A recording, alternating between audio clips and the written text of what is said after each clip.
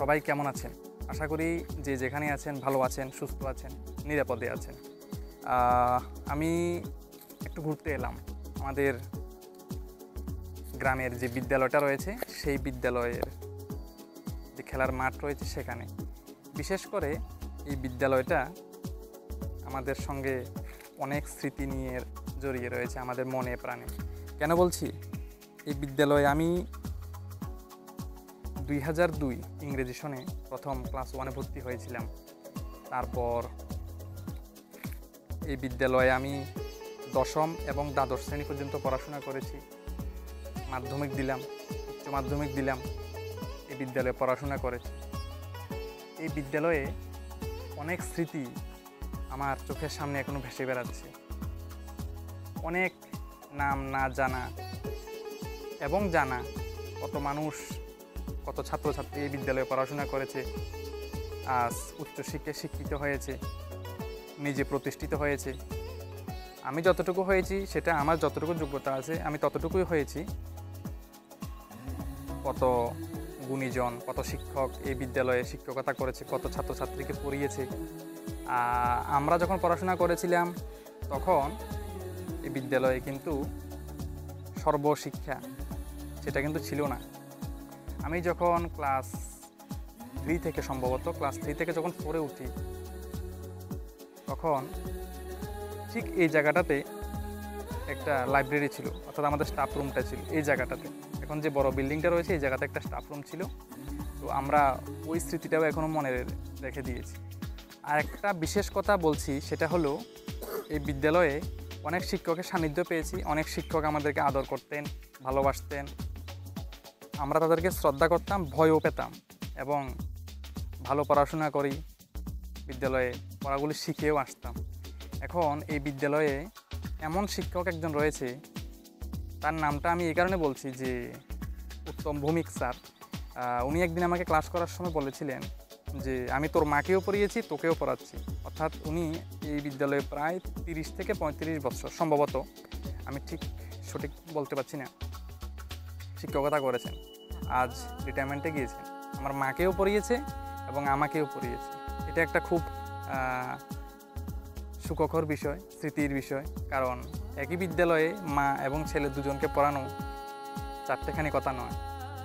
এখনকার মতো সুন্দর রঙিন বিল্ডিং বা দালান বাড়ি কিন্তু তখন বিদ্যালয়ে ছিল না। আমি যখন এই বিদ্যালয়ে প্রথম ভর্তি হয়েছিলাম তখন ছিল মাটির ঘর। আমি মাটির ঘরে ক্লাস 1, 2, 3, 4, 5 পর্যন্ত পড়াশোনা করেছি। আমার এখন স্পষ্ট মনে আছে মাটির ঘরে পড়াশোনা করেছি এবং সম্ভবত একটা টিনেরও ঘর ছিল, হাফ টিন, তার উপরে বেড়া, এরকম একটা ঘরেও পড়াশোনা করেছি আমার যতটুকু মনে পড়ে। তো সেই দিনগুলি কিন্তু খুব মনে পড়ে। আর তখন তো বর্তমান সময়ের মতো বিদ্যুৎ তো প্রশ্নই আসে না। এই প্রচণ্ড গরমের মধ্যেও ফ্যান ছাড়া আমরা ক্লাস করেছি। আর এখনকার ছেলেমেয়েরা বলে ফ্যান ছাড়া ক্লাস করতে পারে না, গরম লাগে। তখন কিন্তু আমরা এই গরমটা সহ্য করে শিক্ষক মহাশয়ের শাসন, শিক্ষকতা নিয়ে সব কিছু মিলিয়ে আমরা কিন্তু পড়াশোনা করেছিলাম। এই বিদ্যালয়ে কিন্তু আমি 12 বছর পড়াশোনা করেছি, একদম ক্লাস 1 থেকে দ্বাদশ শ্রেণী পর্যন্ত। তো তখন অনেক শিক্ষক পড়িয়েছেন, হয়তো অনেকে এখন বেঁচে নেই, কিন্তু আমাদের স্মৃতিতে রয়ে গেছে। হাজার হাজার ছাত্রছাত্রী এই বিদ্যালয়ে পড়াশোনা করেছে, পড়াশোনা করে আজকে সমাজে সাক্ষরতার চিহ্ন বহন করছে। অবশ্যই সমাজে যারা নিরক্ষর রয়েছে তাদের মধ্যে সাক্ষরতার আলো জ্বেলে দিচ্ছে। এই শিক্ষার মাধ্যমে কিন্তু নিরক্ষরতার আলো দূর হয়ে জ্ঞানের আলো প্রজ্বলিত হয়, আমরা সবাই জানি। তাই শিক্ষাটা কিন্তু খুব গুরুত্বপূর্ণ। যে যতটুকুই পড়াশোনা করি না কেন, যদি ভালোভাবে পড়াশোনা করতে পারে তাহলে সেই শিক্ষা কিন্তু আমাদের জীবনে অবশ্যই কাজে লাগবে। আর এই বিদ্যালয়ে পড়াশোনা করার সময় অনেক স্মৃতি ঘটে থাকে, অনেক ঘটনা, অনেক বিষয় আমাদের চোখের সামনে ভেসে থাকে। তো আমার এখনও স্পষ্ট মনে আছে। আমি একটা বিষয় বলতে চাই যে আমি তখন ক্লাস 2-তে বা কিংবা 3-তে পড়ি, তখন আমার একটা বাংলা বই ছিল। সেই বাংলা বইটা আমি হারিয়ে ফেলেছিলাম। তো তখন আমাদের এই বিদ্যালয়ে একজন শিক্ষক ছিল, সুকান্ত স্যার। আমরা সবাই সুকান্ত স্যার বলেই চিনি, সুকান্ত দত্ত অবশ্যই স্যার। উনি আমাকে একটা বাংলা বই আমাকে গিফট করেছিলেন। তো যখন পরীক্ষা হাফ ইয়ারলি দিয়ে দিলাম তখন বললাম যে স্যার বইটা, তখন স্যার বলল যে তুই বইটা রেখে দে। ওই কথাটা কিন্তু আমার এখন আজও মনে আছে। তো স্যার যদিও এখন এই বিদ্যালয়ে নেই, অন্য বিদ্যালয়ে ট্রান্সফার হয়ে গেছে, তো যখনই দেখা হয় তার সঙ্গে কথা হয়, বা যে স্যারগুলি আমাদের এই বিদ্যালয়ে পড়িয়েছে একসময়, পথে ঘাটে যেখানে দেখা হয় আমরা তাদের সঙ্গে কথা বলি। অবশ্যই আমরা এখনও যদি তাদেরকে দেখি শ্রদ্ধায় মাথা নত হয়ে আসে। এখন বর্তমান সময়ে সেই দৃশ্যটা কি দেখা যায়? আপনারাই বলবেন যে আমরা যেরকম স্যারকে সম্মান করতাম, শিক্ষককে সম্মান করতাম, আর তারা আমাদেরকে যেভাবে শাসন করত, আদর করত, বর্তমান সময়ে দেখা যায়? একটু ভেবে দেখবেন এবং আমাকে জানাবেন। আমার তো মনে হয় না তখনকার যেরকম শ্রদ্ধা শাসন ছিল এখন আছে। থাকতে পারে, তবে পুরোটা নেই, আমি শিওর। এটা হচ্ছে আমাদের বিদ্যালয়ের মাঠ, যে বিদ্যালয়ে আমরা খেলা করেছিলাম, এখনও করছি অবশ্যই। এই যে সেই বিদ্যালয়, যদিও মাঠটা তখন ছোট ছিল, এখন বড় হয়ে গেছে।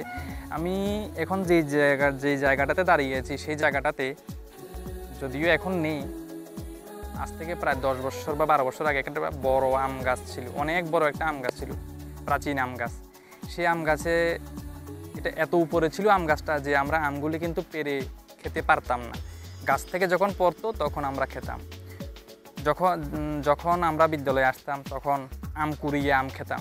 আশা করি যারা 20 বছর বা 15 বছর আগে পড়াশোনা করেছে বা তাদের যদি মনে থাকে তাহলে কিন্তু তারা অবশ্যই মনে করতে পারবে যে এখানে একটা আম গাছ ছিল, অনেক বড় একটা আম গাছ ছিল। সেই আম গাছটা এখন যদিও কেটে ফেলা হয়েছে, সেই আম গাছটা এখন আর নেই। আর ঠিক মাঠের এই যে মাঝখান জায়গাটাতে এখানে ঠিক লম্বা করে একটা মাটির ঘর ছিল, 5টা রুম ছিল, ক্লাস 1 2 3 4 5 5টা ক্লাস ছিল। সেই ক্লাসগুলিতে কিন্তু আমি পড়াশোনা করেছি মাটির ঘরে পড়াশোনা করেছি। ধুলো লেগেছে আমাদের গায়ে। এখন যদিও মাটির ঘরও দেখা যায় না, গায়ের মধ্যে ধুলো লাগার তো প্রশ্নই আসে না। ফ্যানের নিচে পড়াশোনা করছি, কোনো অসুবিধা নেই। আর আমরা কত কষ্ট করে পড়াশোনা করেছি সেটা আমরা যারা আজ থেকে 15 বছর বা 20 বছর আগে এই বিদ্যালয়ের সাথে যুক্ত ছিলাম, পড়াশোনা করেছিলাম, একমাত্র তারাই জানি। সেই 1964 সাল থেকে 2025 অর্থাৎ প্রায় 61 বৎসর পার হয়ে গেল আমাদের এই বিদ্যালয়টির প্রত্যেকটি পাতায় পাতায়, প্রত্যেকটি ইটের কোণাতে, প্রত্যেকটি ধুলোবালির মধ্যেই রয়েছে কত স্মৃতি মিশে আমাদের এই গ্রামের গর্ব উত্তর ভারত চন্দ্রনগর দ্বাদশ শ্রেণী বিদ্যালয়। আমরা এই বিদ্যালয়টাকে নিয়ে গর্ব করতে পারি, অহংকার করতে পারি।